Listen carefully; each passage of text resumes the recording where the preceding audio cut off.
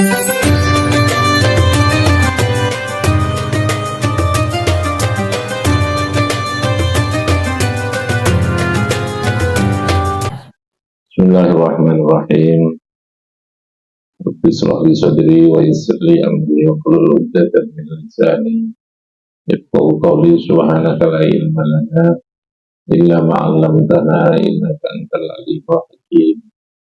Qala al-musannifu rahimahullahu ta'ala wa nafa'ana bihi wa bi 'ulumihi wa bi asrarihi fid dharain. Bayanu fadilati husnul khuluqi wa madammatu su'il khuluq. So, pada bagian kedua tentang membangun perilaku atau akhlak. Akhlak itu karakter yang baik dalam kehidupan kita. Dalam diri kita ini harus kita bangun, kita biasakan untuk timbulnya perilaku atau akhlak yang baik, husnul khuluq, menghindarkan terhadap su'ul khuluq.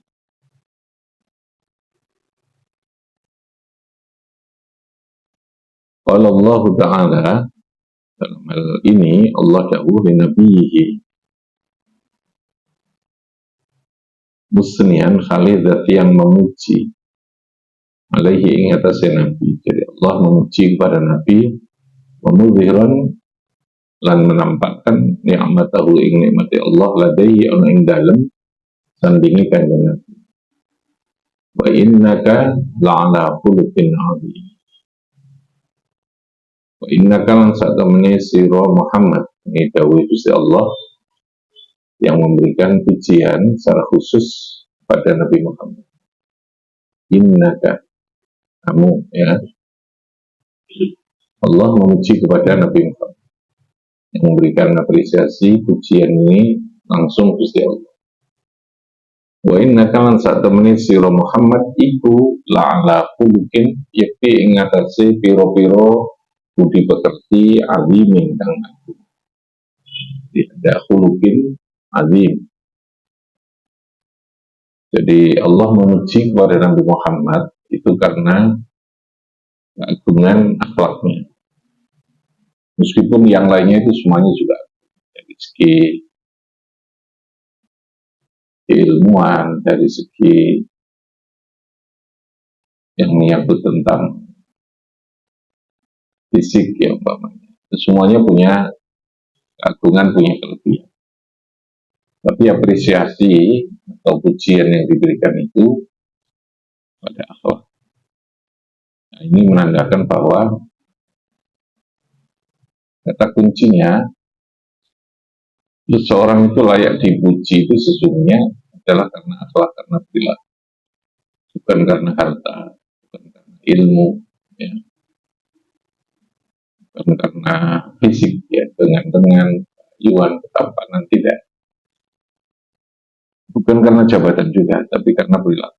Artinya kalau orang punya jabatan yang tinggi sekalipun, tapi kalau akhlak perilakunya tidak baik, ya orang akan tidak suka, orang akan orang akan membenci. Ya.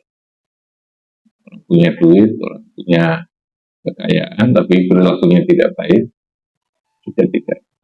Orang miskin, orang yang jelek, orang tidak punya jabatan, akhlaknya jelek, ya tentu menjadi malah makin buruk, gitu ya. Jadi kata kuncinya di mana? Di akhlak. Karena Nabi dipuji oleh Gusti Allah itu karena akhlaknya. Nah, akhlak itu bisa dibentuk, gitu ya. Bisa dibentuk. Yang bentuk akhlak itu ya mulai dari keilmuan, pendidikan, pembiasaan, terutama pembiasaan, lingkungan, contoh, ya. Lingkungan teman itu bisa mempengaruhi terhadap perilaku dan akhlak. Jadi kalau diterjemahkan akhlak itu perilaku yang muncul di permukaan, tapi sesungguhnya sumbernya adalah dari sesuatu yang bersifat batiniah, sesuatu yang ada di dalam Akhlak itu apa sih? Ya perilaku lahir yang muncul, menghargai orang, disiplin, tidak sombong gitu ya, suka menolong, punya rasa peduli, kasih sayang, empati, gitu ya, menghargai orang. Nah, itu semua perilaku-perilaku yang berkaitan dengan ini munculnya tidak bisa tiba-tiba.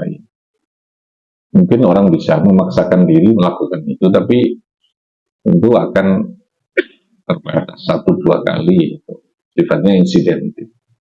Tapi kalau sudah menjadi akhlak itu cirinya sesuatu itu akan secara otomatis itu dia akan keluar secara sendirinya.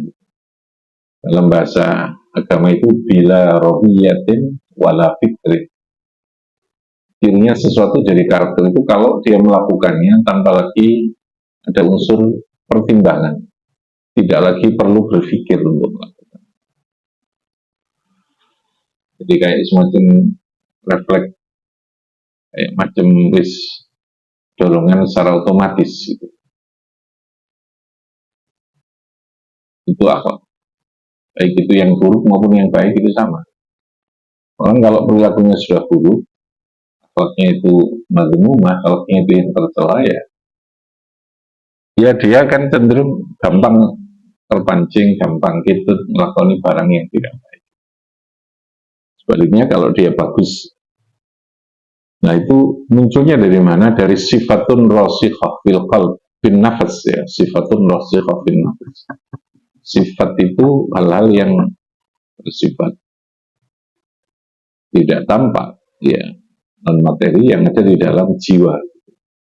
Dari mana kita membentuk sifat rasikhah?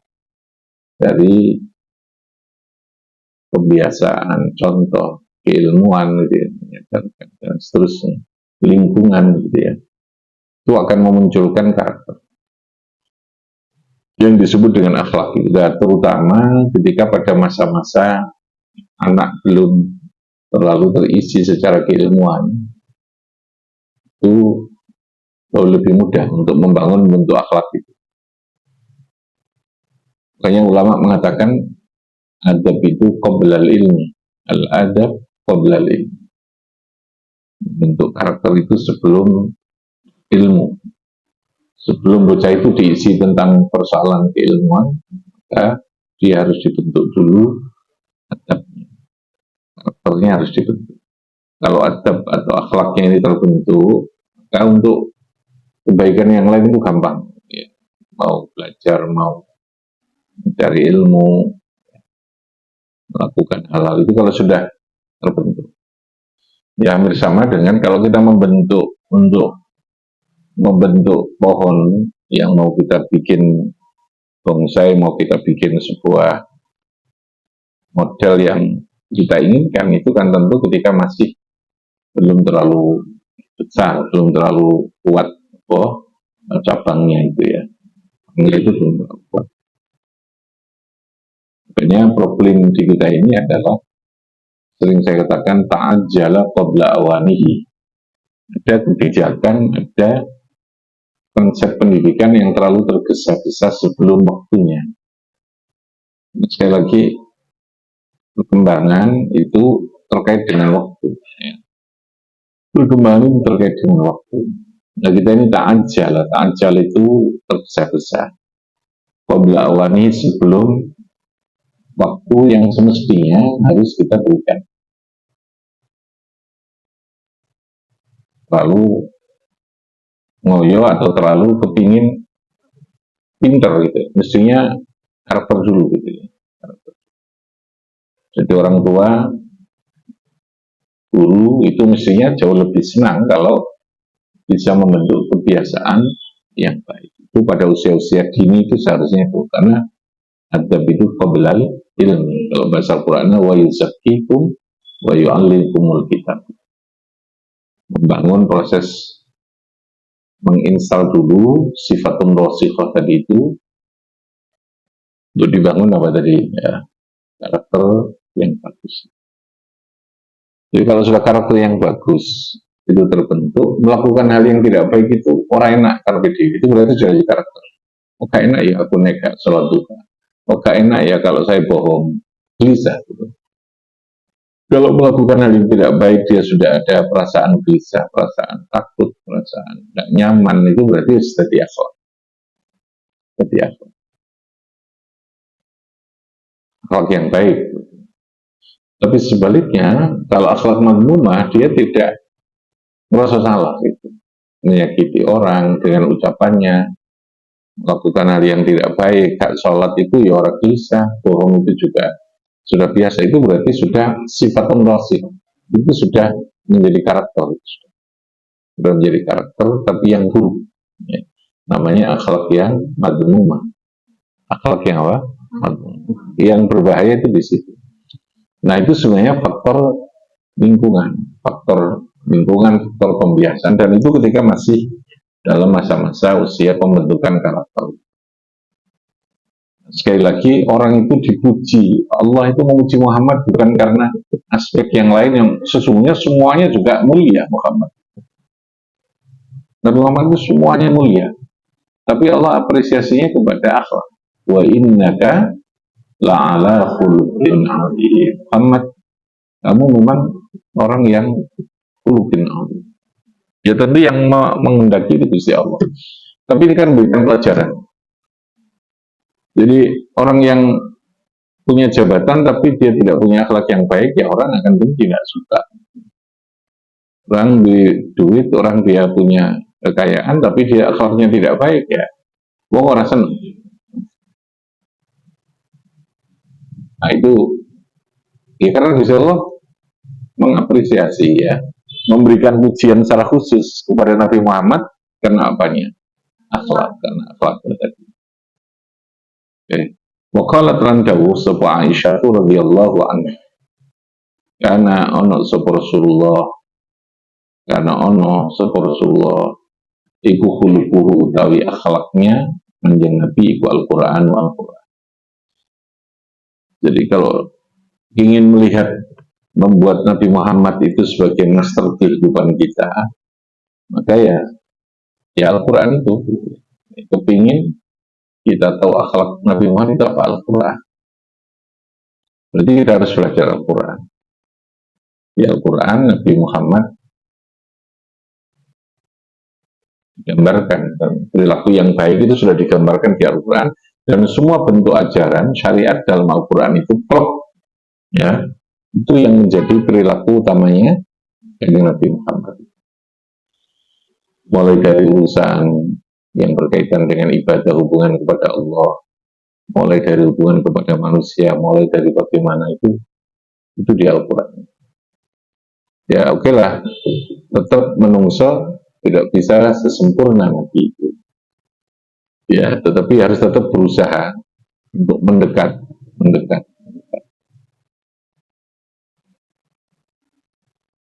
Kalau itu dipokno atau kalau itu diciru sebagai masternya, maka hidup kita ini akan jauh lebih baik gitu, akan enjoy gitu.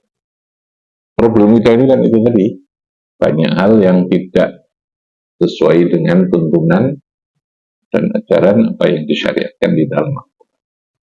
Jadi ditanya, Nabi itu akhlaknya baik, apa sih ukurannya akhlaknya Nabi? Ya Quran. Ya Quran. Waqala lan dawuh sapa Nabi sallallahu alaihi wasallam. Terus intinya akhlak. Innama bu'istu li utammima makarimal. Ya, di sini.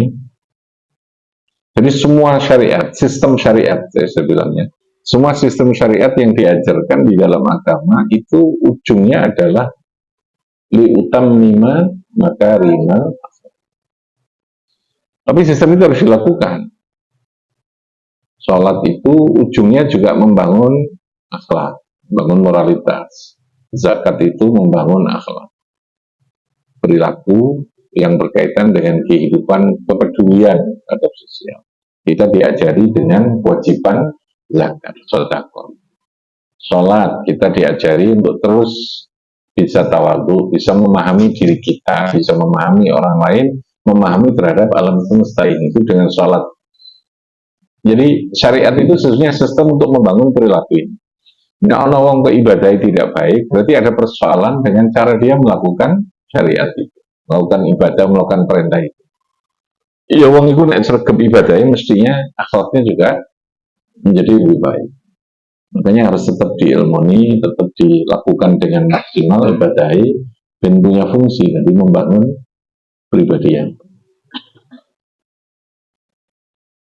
Jadi orang dipuji, diseneng wong itu karena apa? Dan itu yang menjadi kata kunci orang untuk sukses. Gitu ya.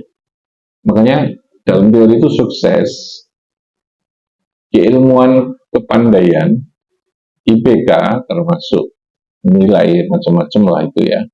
Itu hanya menyumbang persentasenya sangat kecil. Yang banyak itu orang tetap melihat pada attitude, pada akhlak, pada kepribadian, pada kepribadian. Kalau itu selesai, insya Allah selesai dan sukses. Ya. Nah, Nabi itu diutus, jadi sistem agama itu membangun akhlak kita yang baik. Intinya itu di situ. Tapi untuk membangun itu tidak bisa terpisahkan dari syariat itu, karena syariat ini yang terus menjaga itu. Nah, kita sholat ilang Gusti Allah, akhir untuk sombong kan tidak bisa. Aku gitu gawe Gusti Allah, yang menciptakan alam semesta Allah, menciptakan opo Gusti Allah, ana wong opo bentuke wong kuwi ya Gusti Allah sing ngersakno sing menciptakan. Karena keyakinan itu dipatri dari Allahu Akbar, dari inna sholati wa nusuki wa mahyaya dan seterusnya, ya. Jadi apa? Dari at-tahiyatul mubarakatus sholawat itu saja nih membangun akhlak tadi, kepribadian kita dalam kehidupan. Jadi syariat itu tidak titik gitu ya. Syariat itu menjadi media sarana untuk membangun akhlak yang baik. Potensi orang itu baik, makanya Nabi mengatakan li utamima, menyempurnakan. Ya, artinya potensi itu sudah ada, potensi kebaikan. Nek uang gue digawe, potensi itu api. Gini loh ya. Nah, syariat itu menyempurnakan kebaikan itu untuk dalam posisi yang makarimal akhlak, supaya pada tingkat kemuliaan, keindahan, kebaikan daripada akhlak dan perilaku. Ini melihat hadis ini, utamanya itu kalimatnya menyempurnakan. Kalau sesuatu disempurnakan, wisono enggak? Sudah ada, modalnya itu sudah ada. Wisono bahane, wisono modali gitu ya. Tapi lalu kemudian diolah untuk disempurnakan. Li utam mima. Nah, penyempurnaannya itu melalui satu sistem syariat tadi ini, syariat untuk membangun. Nah, itu yang harus terus diinstalkan itu agar supaya manusia tetap terjaga untuk menjadi awak iki lho dijogo, untuk tidak terjebak dalam perilaku dan akhlak yang tidak baik. Akhlak yang tidak baik akan melahirkan kerusakan. Intinya gitu ya, akan menimbulkan bencana, akan menimbulkan problem sosial, problem keluarga, menimbulkan problem dalam kehidupan bertetangga, problem dalam kehidupan institusi, lembaga, dalam kehidupan kerja, itu ya, profesi. Itu pasti berangkatnya diawali dari persoalan akhlak. Pertanyaannya, apakah bisa akhlak dibentuk dengan tanpa agama? Bisa, karena akhlak itu dari utamimah. Dia sudah ada potensi baik kok. Orang tidak beragama pun potensi kebaikan itu ada, tapi sebatas yang bisa diakalkan oleh pikiran manusia. Mereka yang non-muslim, yang tidak, bahkan yang ateis sekalipun, yang tidak beragama, apakah bisa dibentuk akhlaknya? Bisa. Bisa. Karena Allah telah memberikan potensi kebaikan itu memang ada. Yo kabeh itu ngerti kalau menyakiti orang itu tidak baik. Kalau mukul orang, rasanya wong tidak baik. Kalau mencaci orang tidak baik. Itu tanpa agama pun akal bisa, gitu ya. Karena orang diberi akal. Tapi sebatas yang dia bisa rasakan, fakta yang ada. Substansi lebih dari itu tidak bisa. Ya, ketika berbicara tentang hal-hal yang bersifat substansi itu tidak dia temukan, karena itu harus ada di agama, gitu ya. Harus di agama. Yang kedua, tentu kebaikan yang tidak didasari agama itu dia berlakunya hanya terikat oleh kontrak sosial, hukum sosial. Hukum sosial itu pasti hukum timbal balik. Kalau hukum agama itu tidak, Allah. Maksudnya orang itu baik kepada orang, kalau tidak karena agama loh ya. Karena dia merasa wong itu apik, nah aku ya apik. Itu namanya hukum sosial. Nek kon apik aku ya apik. Nek kon ngekei aku tak kei. Itu namanya hukum apa? Hukum apa? Sosial. Kalau hukum agama tidak begitu. Saya memberi karena perintah Gusti Allah. Buh, kon ngekei aku apa ora? Buh, kamu baik dengan saya apa tidak? Itu agama. Nah, bedanya di situ. Lebih substantif. Jadi saya tanya, apakah bisa? Makanya orang kadang berpikir, kenapa ada orang non-muslim dia kok begitu baik ya? Orang Islam kok gak baik? Ya karena memang potensi kebaikan itu ada pada masing-masing orang. Orang yang beragama, sing kita muslim, karena di kemuslimannya, muslim yang tidak berilmu, muslim yang tidak taat, muslim yang tidak kafah. Kafah dalam arti dia tidak secara seutuhnya menerapkan ajaran Islam itu di dalam kehidupan itu ya. Karena potensi kebaikan itu memang sudah ada pada setiap orang. Nah, baik apa mana lalu diperkuat gitu ya dengan keyakinan, dengan agama, maka dia akan menjadi sesuatu yang lebih sempurna. Tadi maka rimal itmam utamima akan terjadi yang terkait dengan kesempurnaan di dalam akhlak. Jadi lebih substantif lah itu. Wan bulan saking kanjeng Nabi Shallallahu Alaihi Wasallam, ad-dinu husnul khuluq. Agama itu adalah husnul khuluq, akhlak budi pekerti yang baik. Artinya bukan persoalan pinternya, bukan persoalan ibadahnya. Ibadahnya itu sekali lagi masih menjadi sebuah media, sarana, sistem. Ujungnya agama itu adalah persoalan moralitas itu. Tapi sekali lagi orang tidak boleh, nanti tidak perlu sholat, kamu sampai uang ya enggak. Apa sholat bareng kalau kamu sudah bisa baik dengan orang yang tidak bisa. Ya, tetap ada sistem karena kita harus juga berakhlak kepada Allah, ada ketaatan, ada kepatuhan, ada keyakinan. Ini orang, untuk apa kalau sholatnya? Jadi berarti ya sama dengan kamu lah. Untuk apa kalau kita makan lalu kemudian makan kita menjadikan kita? Ya tetap butuh makan, tapi cara makannya yang penting. Gitu ya. Jangan menyalahkan makme karena memang itu juga kita butuhkan. Oke, itu yang dimaksudkan dengan salat. Wa alla tawdha wa qila ya Rasulullah masya'mu qala su'ul khuluq. Wa qala man dawsa Nabi sallallahu alaihi wasallam ittaqillaha haitsuma kunta wa bi sayyi'ata hasanata tampuha wa khaliqin nasa bi khuluqin hasan. Jadi kanjeng Nabi itu justru dakwahnya itu dengan akhlak. Jadi orang banyak sing mlebu Islam yang takluk bisa ditaklukkan oleh kanjeng Nabi itu wong sing gampangane oleh Allah disebut asyaddu kufran wa nifaqa. Wong kafir Quraisy itu kan wong sak belara-belare wong sak angel-angele wong lah.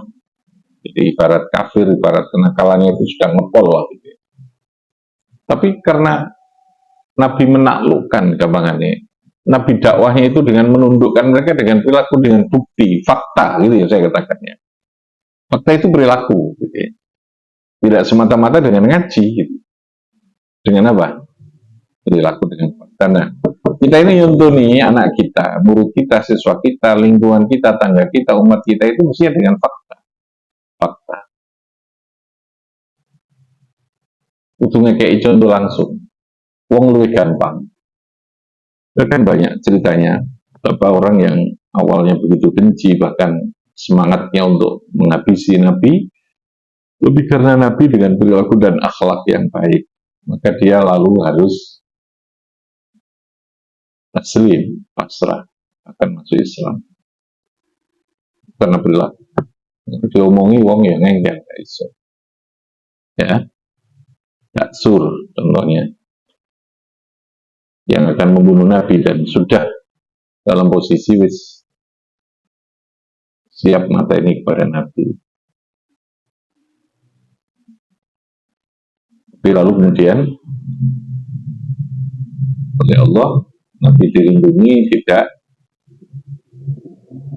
bisa. Jadi menurut Nabi, Nabi menguasai, mestinya Nabi bisa melakukan balasan untuk membunuh. Sopo sing melindungi Muhammad. Nabi Muhammad menjawab Allah, pedangnya jatuh. Ketika pedang jatuh, diambil oleh Nabi. Pikirannya tak pasti ya sudah mati, bunuh oleh Muhammad. Enggak, Nabi Muhammad memaafkan. Ya, memaafkan. Karena perilaku Nabi Muhammad memaafkan itulah maka akhirnya masuk Islam. Dia menjadi pembela Nabi Muhammad yang luar biasa. Ya.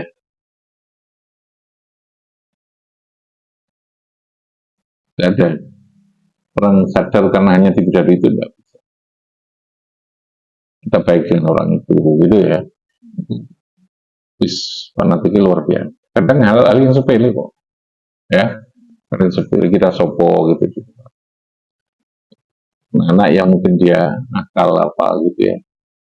Di masyarakat itu ada anak yang dianggap sampah masyarakat itu. Tapi kita mencoba untuk tetap memahami dia sebagai manusia dan tetap berharap mendoakan dia baik, disopo gitu ya. Terus kasihlah makanan atau apa gitu. Wah itu dia pasti merasa diperhatikan. Nah mungkin akan menyakiti kita, tidak mungkin. Tidak mungkin. Nah itu yang namanya akhlak. Lebih pada praktek tadi, nyotone ono orang. Nyotone ono orang. Makanya saya minta pada anak-anak kita juga begitu gitu ya. Memperkecil, menyedikitkan nasihat, tapi lebih banyak memberikan perhatian. Sekali lagi potensi anak itu aslinya baik. Kalau kita melihat potensi anak itu baik, sesungguhnya kita tidak membenci pada orangnya karena dia punya potensi untuk baik. Di situ memang tidak mudah, butuh ketelatenan, butuh kesabaran. Ya. Dan kita melihat satu anak ini, dia punya keluarga, dia punya masa depan, dia bisa jadi orang hebat gitu ya. Sehingga jangan melihat satu itu adalah satu gitu ya. Satu itu bisa 5, bisa 10, bisa ratusan nanti kalau dia jadi tokoh gitu. Sehingga semangat kita itu tetap sama, tidak meremehkan pada sesuatu yang kecil sekalipun. Kewajiban kita melakukan apa? Ikhtiar, usaha yang terbaik, yang paling pas itu dengan cara tadi itu ya, dengan cara memahamkan. Ya tetap dua hal tadi ya, jadi pemahaman, keilmuan, terus kemudian memberikan fakta. Cuman sekali lagi tingkat keberhasilannya ya tidak sebaik, tidak secepat kalau ketika masih apa? Jadi di TK itu, di PAUD, di usia dini, ketika masih di rumah. Sebenarnya akhlak itu menjadi kewajibannya wong tua karena dia yang punya waktu cukup banyak. Gitu. Ya. Harus memberikan contoh. Ya. Lalu di sekolah juga begitu, dia berada dalam lingkungan yang baik. Gitu. Kekerasan itu munculnya anak itu gampang temperamen, gampang marah, gampang melakukan tindakan, ya termasuk kekerasan pada teman yang membuli ya, karena problem yang sudah kadung salah kaprah mulai dari kecil. Gitu. Ditunjang atau diperparah dengan sistem kebijakan dalam pendidikan yang cenderung memberikan tekanan-tekanan. Akibatnya kan orang stres. Ya, itu menjadi stres. Jadi kalau sudah usia lanjut, dia belum terbentuk gimana ya tetap ada ruang. Ji tadi ya difahamkan. Yang pokok lagi tadi apa? Diberikan contoh. Diberikan apa? Contoh. Diberikan perhatian. Jadi menaklukkan orang itu justru dengan kebaikan. Bukan dengan kebencian atau bukan dengan mendikte, menceramai itu malah kecil, tidak terlalu berpengaruh, gitu ya. Ya kalau ada keilmuan ya yang praktis saja, gitu ya. Yang praktis. Nah problem Di pendidikan kita sekali lagi satu tak jalan tadi. Yang kedua, terlalu besar lorong kognitifnya. Sekali lagi itu yang saya katakan. Terlalu beban apa? Akademik. Kurikulumnya terlalu besar, tidak banyak membangun sesuatu yang bersifat karakter. Praktek tadi loh, kurang-kurang praktek ya. Dan kita juga tidak begitu telaten juga. Sebenarnya kalau kebiasaan itu enak kok. Artinya kalau sudah kita biasa membuat praktek, membuat ini ya. Bagaimana akan membangun karakter bisnis? Dia punya kemampuan dan naluri melakukan usaha bisnis. Kalau tidak pernah dibentuk ya tidak bisa kan. Dia ngomong itu tidak bisa. Dia harus mengalami langsung. Harus mubasyir bahasanya. Harus akhlak. Makanya Nabi itu sangat sedikit sekali dalam hal memberikan hadis yang bersifat kauliyah. Kauliyah itu yang didahului itu tidak banyak. Tapi itu langsung praktek. Sholat saja yang kita harus belajar sekian lama kadang kita pelajari. Nabi itu cukup dengan selu kamar itu mumi usolli. Delon aku sholat ku piye? Ya sih kuwi sholat. Gitu ya. Delon itu sholat. Maka rata-rata kiai dulu, kiai yang alim, yang sepuh itu jarang bisa pidato, jarang bisa ngomong. Ya, hampir nggak ada yang bisa pidato. Kiai itu itu nggak ada yang bisa pidato dulu. Ada kiai Samsuri, ada kiai Sobat, ada kiai. Jadi sepuh itu jarang menjadi kiai yang pintar pidato itu jarang. Ya, karena dia takut terlalu banyak bicara, lebih banyak dia memberikan contoh. Jadi kalau ngaji ya disiplin tepat waktu, tertiap gitu ya. Ngomong sak cukupi, menghormat pada tamu seterusnya. Jadi langsung hari itu iso top itu karena perilaku itu.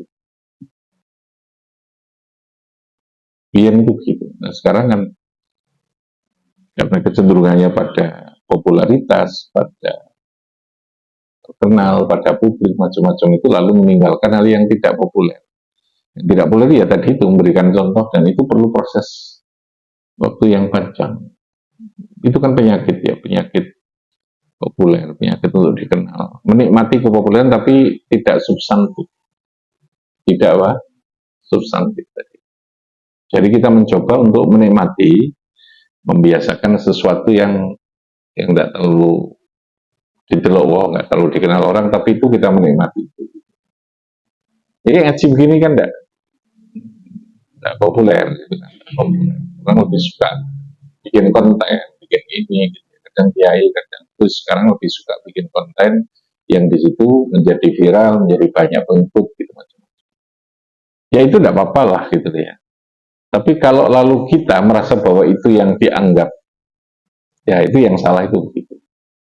Karena mereka tidak terlalu banyak juga terpengaruh dengan itu gitu ya. Tetap pada tingkat. Ya kalau keduanya dilakukan tidak apa-apa gitu ya.